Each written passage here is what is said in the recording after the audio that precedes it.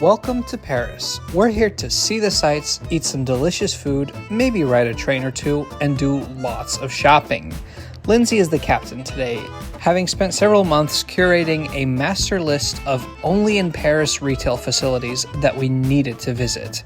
I was the navigator, responsible for getting us on the right metro line that would bring us to our next destination. Through this public transport private enterprise partnership, we found ourselves in Montmartre.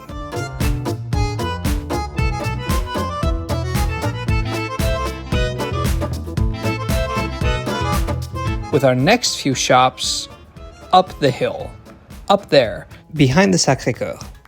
And we are down here, obviously.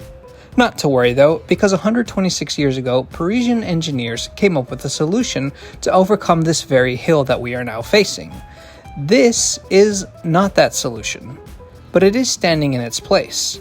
Today we are taking the Montmartre funicular, which has been carrying residents and tourists alike up and down in the shadow of the basilica since 1900. A ride costs €2.55, but it is fully integrated with the metro, so you can use the same tickets and passes. You could also use your contactless debit or credit card to pay, and you can even tap one card up to 4 times for 4 different riders. Right off the bat, I can tell that this is one of the most modern funiculars I've ever seen. It's got platform screen doors and a monitor telling you how many spaces are left on board. There's a scale in the vehicle and there are sensors at the platform that count passengers. When the computer decides that the vehicle is full enough, the screen will instruct you to not board anymore, the doors will close, and the funicular departs. In 90 seconds, it rises 36 meters over a distance of 108 meters. But here's the thing. I've been saying funicular all this time.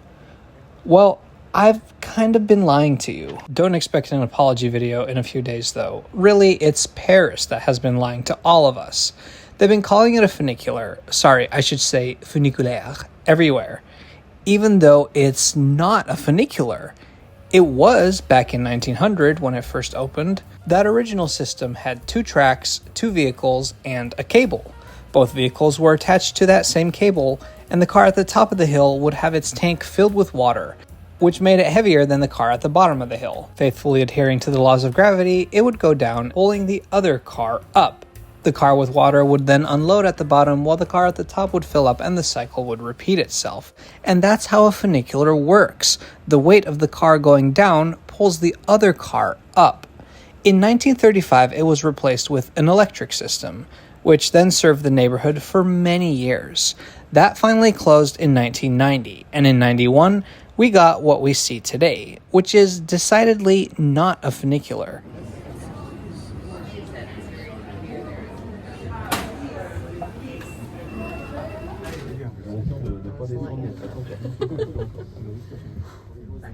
If it was, we'd expect that other car to be going down as we go up, but it's just sitting there. The 2 vehicles are still cable-hauled, but can move completely independent of each other. So essentially, this is just an inclined elevator, much like you could find inside subway stations in places like New York, DC, and Dallas. But it is infinitely cooler, because these cabins were designed by the same person who designed the TGV Atlantique.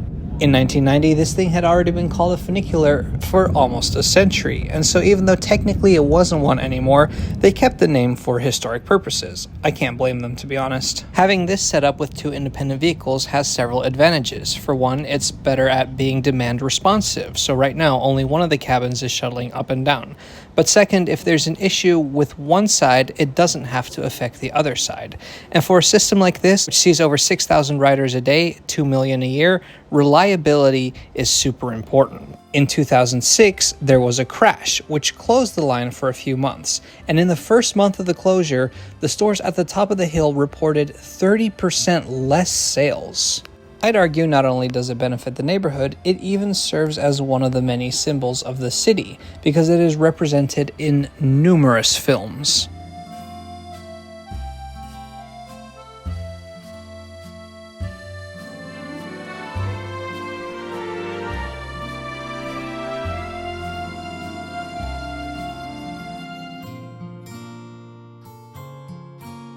Speaking of businesses at the top of the hill, we certainly did our fair share supporting them. got some souvenirs for family, and some toys and treats for our dog Louie, and then we stopped at a French fast food place. I'll admit was my request because I'd seen these French tacos all over social media and I'd seen people react horrified, and I wanted to try them for myself. I really like them. I think Lindsay liked these cheese things too. And in recent years, Montmartre has been experiencing over-tourism, so if you do decide to visit the funicular, just be respectful, which you really should be everywhere. We spent the rest of the day moving around Paris using the metro and the trains, and that'll be a video at some point. If you're ever in Paris, I highly recommend taking the funicular, not funicular. It's a fun ride, the views at the top are nice, there's lots of interesting history, and at the end of the ride, you can be the person who turns to your group and says, wow, we just paid money to ride an elevator. I'm sure everybody will really appreciate that. Anyway, that's all for today. If you enjoyed this video or learned something new, please subscribe to Trains Are Awesome. Thank you so much for watching. We'll see you next time.